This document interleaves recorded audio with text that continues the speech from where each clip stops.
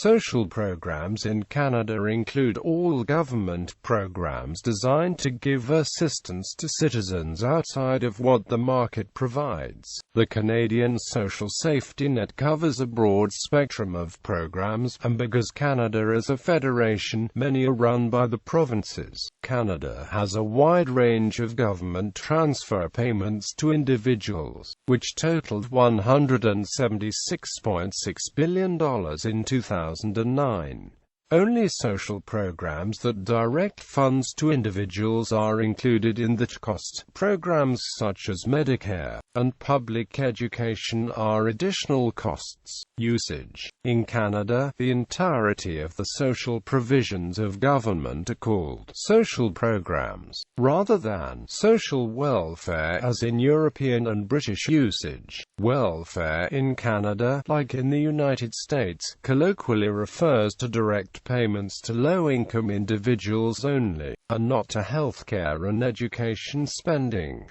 It is rarely used as the name of any specific program, however, because of its negative connotations.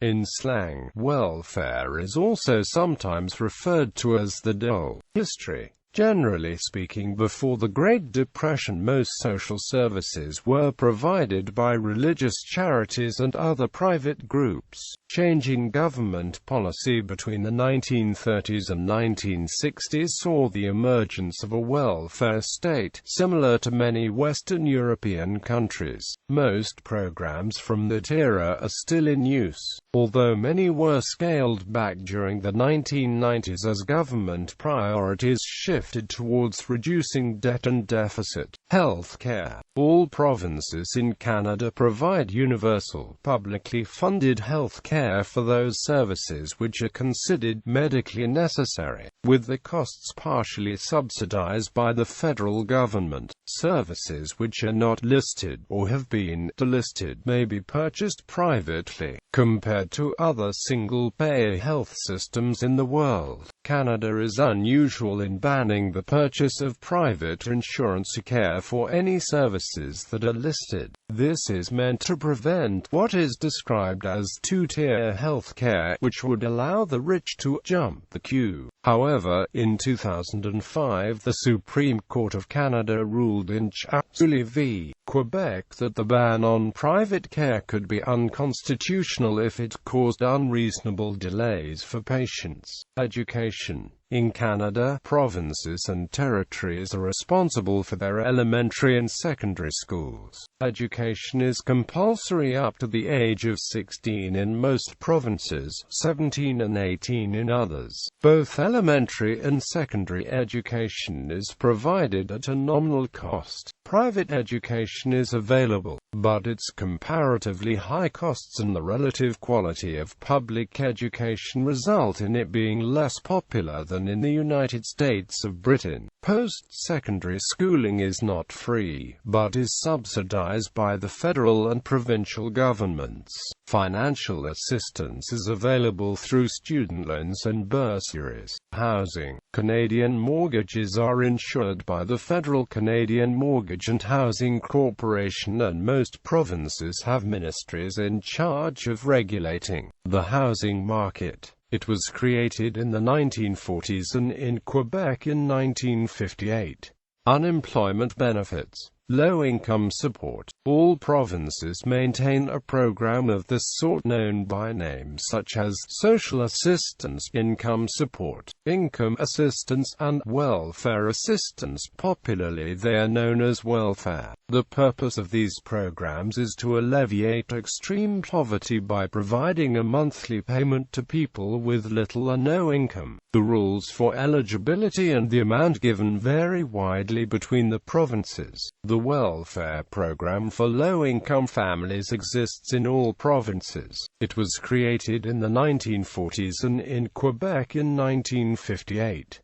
The original plan was for Ottawa to pay half of the financial support for low-income families and the other half paid by each of the provinces. Today, because of budget cuts, Ontario and British Columbia are not receiving the percentage that Ottawa had planned in the creation of welfare. As a result, Ottawa is now paying only 29% of what it is supposed to be paying these two provinces. Seniors. Most Canadian seniors are eligible for old age security, a taxable monthly social security payment. In addition, most former workers can receive Canada Pension Plan, a Quebec pension plan benefits based on their contributions during their careers. As well, many people have a private pension through their employer, although that is becoming less common. And many people take advantage of a government tax shelter for investments called a registered retirement savings plan and may save money privately. Regional aid. The government has several agencies dedicated to developing specific regions.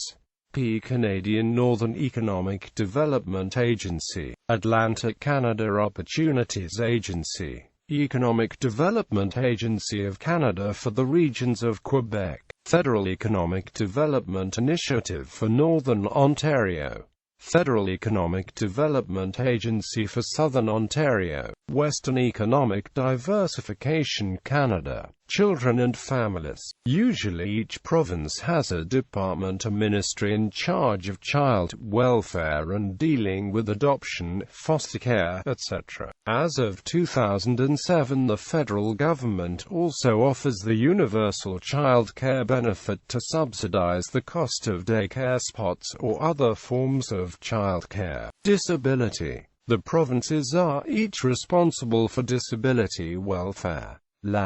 Jean Vanier. Alberta's program is called Assured Income for the Severely Handicapped. The Ontario government has the Ontario Disability Support Program, which offers income and employment assistance for disabled people, and the Assistive Devices Program to provide funding to help pay the cost of assistive devices for people with long-term physical disabilities.